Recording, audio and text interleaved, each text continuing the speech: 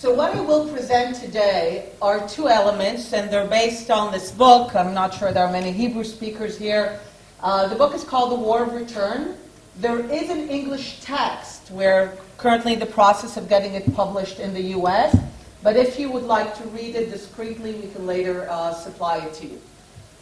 I will present two elements. The first is more the ideas, to present why Western, especially Western financial support for UNRWA is one of the greatest obstacles to peace, and why Western support of UNRWA stands in direct opposition and contradiction to the stated policies of your governments to promote peace by means of two states for two peoples.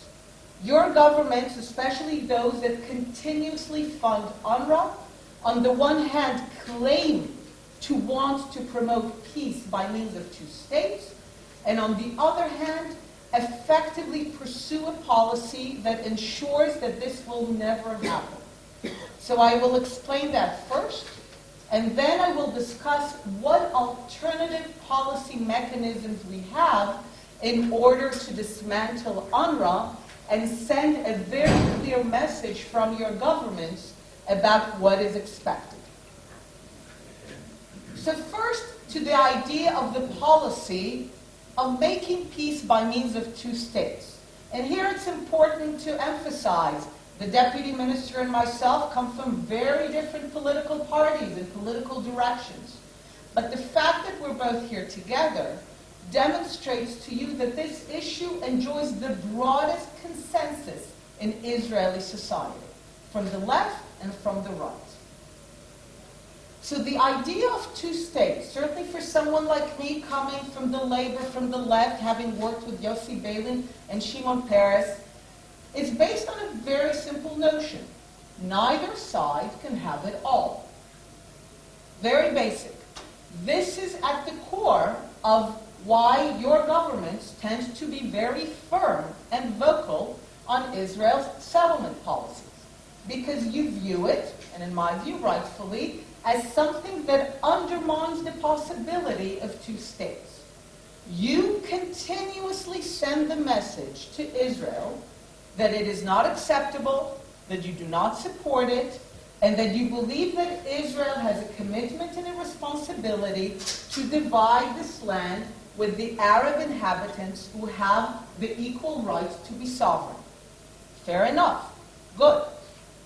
Yet, you never tell the Arab Palestinians that they themselves will have to understand that they will not have all of it. And some of you might think that this is not what the Palestinians think. Some of you, and I know this is the most common comment, the Palestinians know that they're not returning. Palestinians know that the idea of millions, and it's not just UNRWA registering 5.4, 5.3 million, the Palestinians claim 9 million. They're counting citizens of Sweden, not an area of operation of UNRWA. So it's not just about the idea that millions of Arab Palestinians will turn the Jews into a minority in an Arab state. I think almost all of you are under the mistaken impression that the Palestinians know that this is not going to happen. Now, I've invented a word. It's based on a word that I did not invent. It's called mansplaining. I'm sure you've heard it by now. I also heard it recently in French. It's called m'expliquer, which is great. Mansplaining is when men explain what a woman has just said or what she would think. So I invented a word based on that. It's called westplaining. Westplaining is when Western diplomats and journalists explain away what Palestinians have just said. And Palestinians are very clear that they demand return, that they believe that it's an inalienable right. And they're wrong. It's not a right, and it's certainly not inalienable. It's not a right in international law, and even Resolution 194, to which they give an extreme interpretation, does not grant that right. But they believe it. And they refuse to sign and enter into any agreement that would forgo it for good and for all. Why? Because at the core of the conflict remains one idea, and one idea only. The idea that Israel is temporary. That Israel, as the sovereign state of the Jewish people, is a temporary existence. This is at the core of the conflict. And from the Arab perspective, it's a rational thought. If you think that Arab Palestinians are irrational to think of return, that the rational idea is to understand that Israel is here to stay, you're not looking at the map. They're opening the map and they say 7 million Jews living among 450 million Arabs, 1.2 billion Muslims. This is not going to last. So from the Arab perspective, and certainly from the Arab Palestinian perspective, Zionism is temporary. The idea of Israel as a sovereign state of the Jewish people in the midst of an Arab and Islamic region is nonsensical and is expected to last as much as the Crusaders, which means we have 18 years on the clock left. So when they think and speak of return, they think of it as a serious possibility. And it is at the core of their being. If I said that this is the broadest consensus in Israeli society, in opposition to it, it is the broadest consensus in Palestinian society in supporting it. And even the declarations that you interpret as foregoing return, for example, President Abbas saying that he understands that he will not return to Tzfat, or saying that he's willing to go there with a passport. Notice how he phrases it, and he made it very clear immediately in every language and outlet. He says, me, personally, will not exercise this right. But this right is a right, inalienable, holy, that belongs to every Palestinian for generations in perpetuity. And no leader can ever negotiate this right away. And his son and grandson, the ones who were actually not born in Tzfat, immediately went to YouTube and said, we're returning. Making it very clear that it was a personal statement.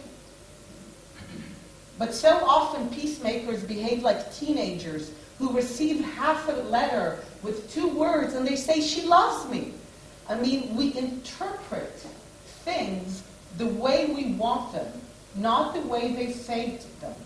When Arab Palestinians are marching on the border with Israel and Gaza, never on Egypt, marching on Israel on the border, what do they call the marches?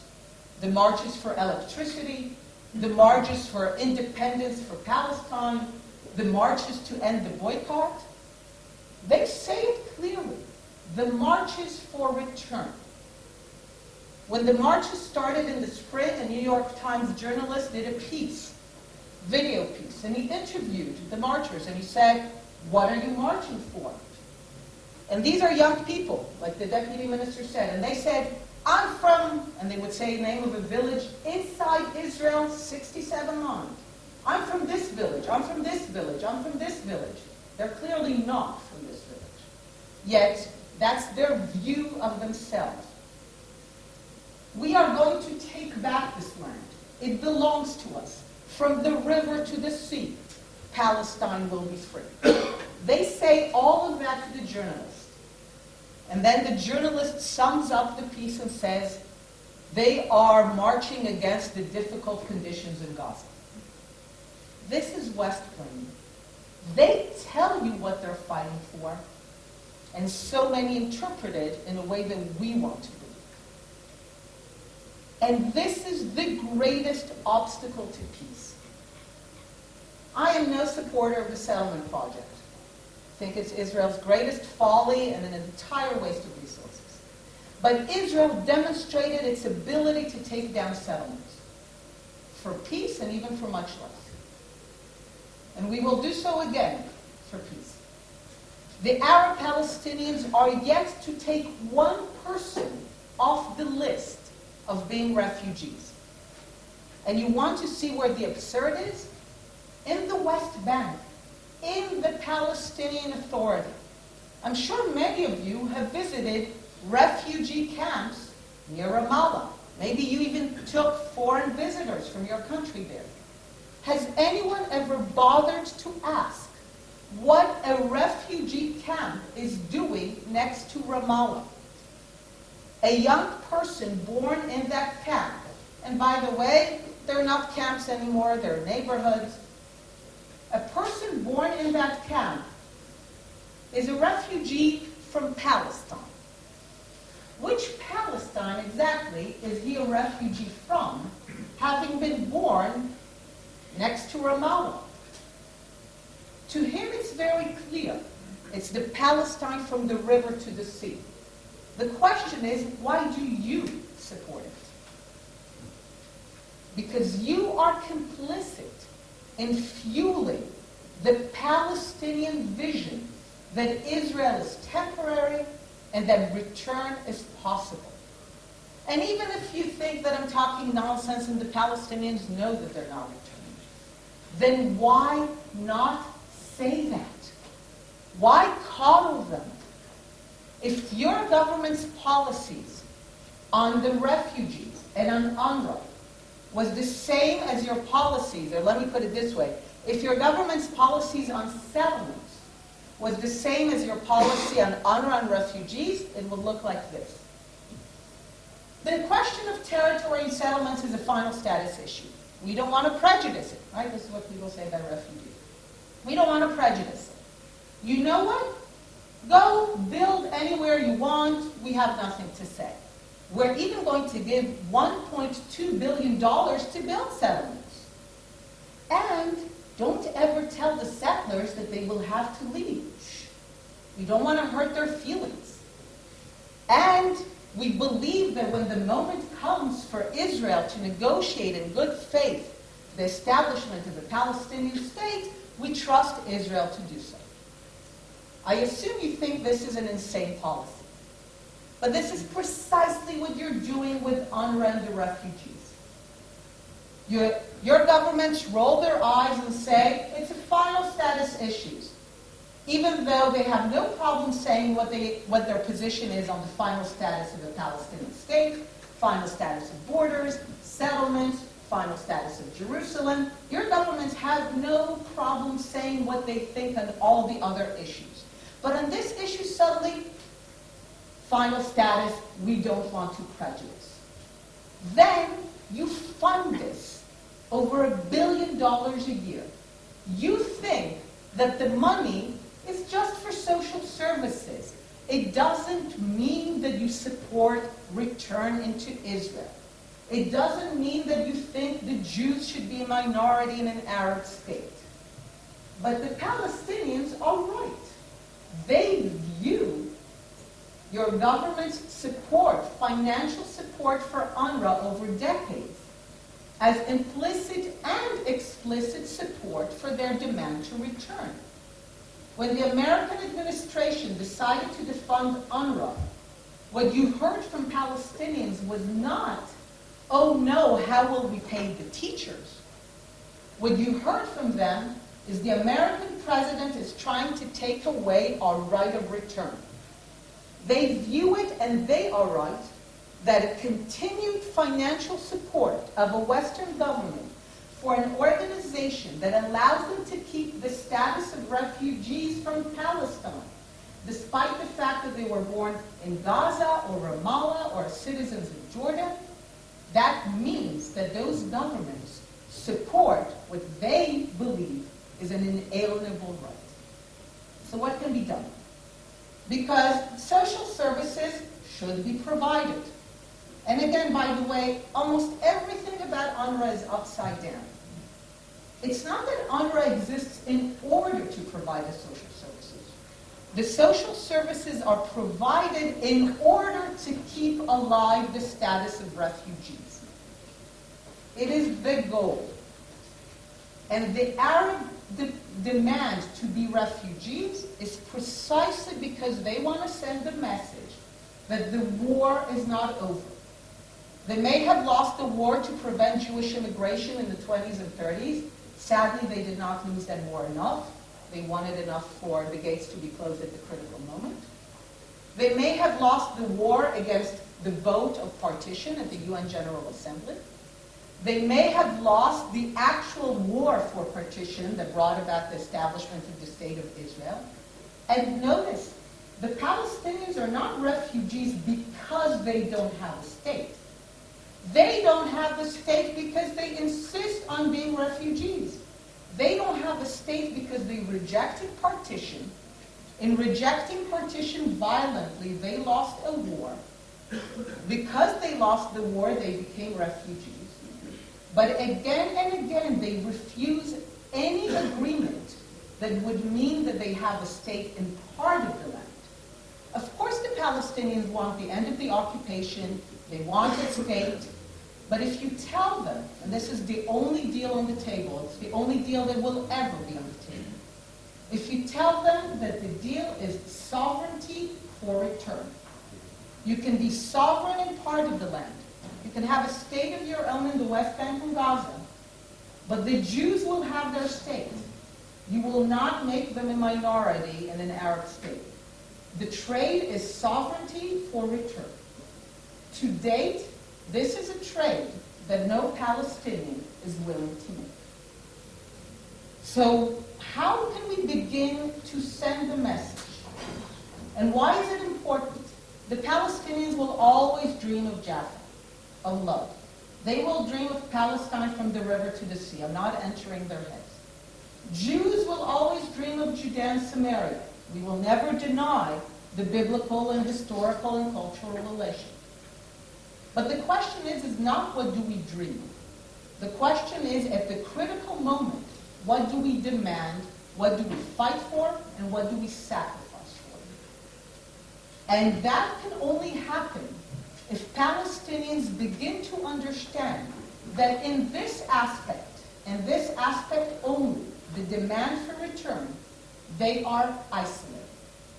They need to know that in thinking of Palestine from the river to the sea, that in continuing to forgo sovereignty so that they can continue to dream of return, they will not have the support of the international community. This is what actual peacemaking is all about. I want to change the very thinking of what it means to be a peacemaker in the conflict. It's not about diplomats shuttling between capitals.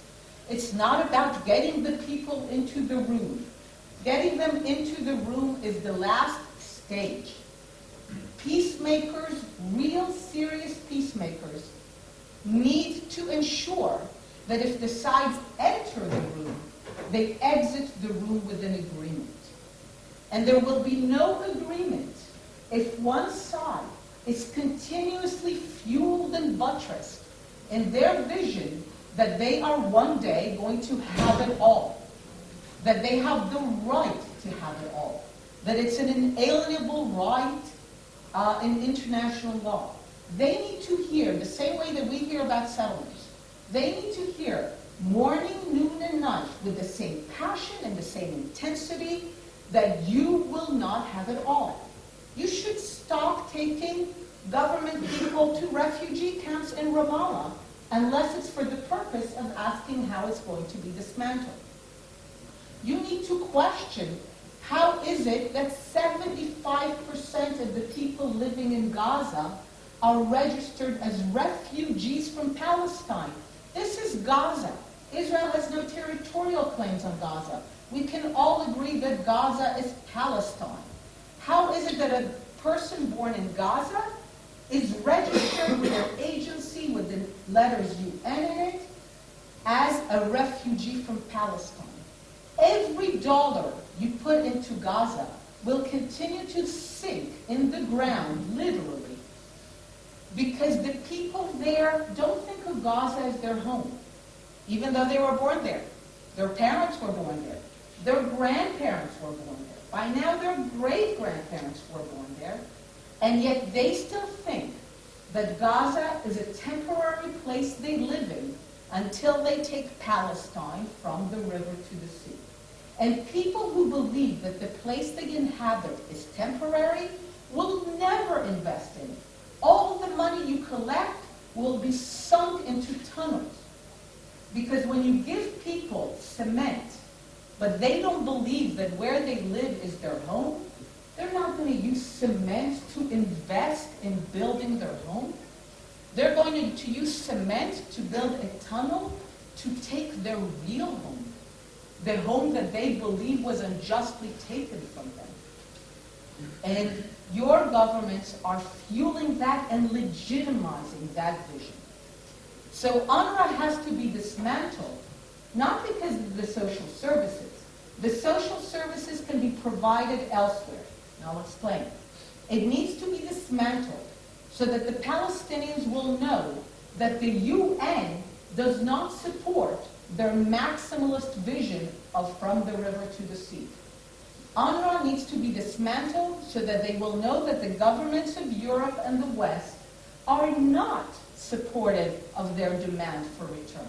Do not think that they possess that right. Do not share their extreme interpretation of Resolution 194. They need to hear it morning, noon, and night. Every time you say something about a settlement, you say something about the fact that they are not refugees. People living in the West Bank and Gaza are not refugees from Palestine. They are in Palestine. That's 40%. That's 2.2 million. People living in Jordan as citizens. And by the way, 82% of them are not even in camps. They're wealthy businessmen in Amman, and yet they have the status of refugees. In the West Bank, 75% don't live in the camps, and the camps are not even camps. But middle-class lawyers from Ramallah are considered refugees from Palestine. And your governments support that, fuel that, legitimize that. So you need to send a message that tells them, you're not refugees. You're not. You are people living in Gaza, in the West Bank, and you can have a future. And we will support you to have a Palestinian state in the West Bank. But we are done supporting this notion that one day you will return into the state of Israel. The state of Israel will not be yours. Never. And you are not refugees in Jordan. You're citizens of a functioning state. That's already 80% of the numbers. That's 4.4 million of 5.3. So in these places, it's very clear who provides the services. In Jordan, the government of Jordan supplies the services. Give the money to the Jordanian government. I'm very much aware of the sensitivities, the stability of the Hashemite kingdom. Do it discreetly, but ultimately, there is no need for you to collaborate with the notion that Jordanian citizens who are wealthy business people in Amman are refugees from Palestine. You want to help the Palestinian Authority? Great. Tell them that the money will transfer for every school that they transfer from UNRWA to their system. The Palestinian Authority has a school system, a functioning school system. I call it the school system of Little Palestine, the school system that is part of the state building of a future Palestinian state. But next to that school system of Little Palestine exists the UNRWA school system of Greater Palestine. Why are there in Ramallah the two school systems? There should be only one school system. If we are serious about state building, about partition, there should be only one school system of Little Palestine. And the money should go to the Palestinian Authority to take down the UNRWA signs. The same school remains, the same students, the same teachers. The money just is funneled through the Palestinian Authority, not through UNRWA. There is zero basis for the existence of UNRWA in the West Bank, in Jordan. In Gaza, There are other mechanisms for the supply of schooling and healthcare. There is no need, and in fact it's almost urgent, to start telling the people of Gaza that their future is in Gaza, that they are not refugees from Palestine. This fiction has to end. And even though these are not your countries, the other 20% live in Syria and Lebanon. Just so you understand again the absurdity. In Syria, 500,000 are registered as refugees from Palestine. By the way, the vast majority of them have left decades ago. The multi-millionaire father of supermodels Gigi and Bella Hadid living in LA is registered still on the books of UNRWA as a Palestinian refugee in Syria. And of those who still exist and as a result of the war fled from Lebanon, think of 2 Syrian refugees fleeing to Lebanon. One registered with UNRWA, one with UNHCR. Then they return after the war. The one who was registered with UNHCR will no longer be a refugee. He returned to Syria. The one who was registered with UNRWA will take his refugee status as a refugee from Palestine back to Syria, waiting for return. And in Lebanon, the governments are complicit in the worst kind of discriminatory regime, where an Arab government discriminates against Arab citizens simply because for 2 years, many of them were seasonal workers in the north, and now they are considered refugees from Palestine. So there are alternatives to supply the services everywhere. Once the goal is set to separate UNRWA's political mission of perpetuating the conflict with this idea that Israel is temporary, that Palestinians are refugees from Palestine, and that one day they will return. This mission has to end with a clear voice, and the social services can be provided by alternative means. And the purpose, I believe now, is for every government that truly seeks peace is to demand the beginning of the transfer of these services into alternative providers and away from UNRWA and its political mission. Thank you.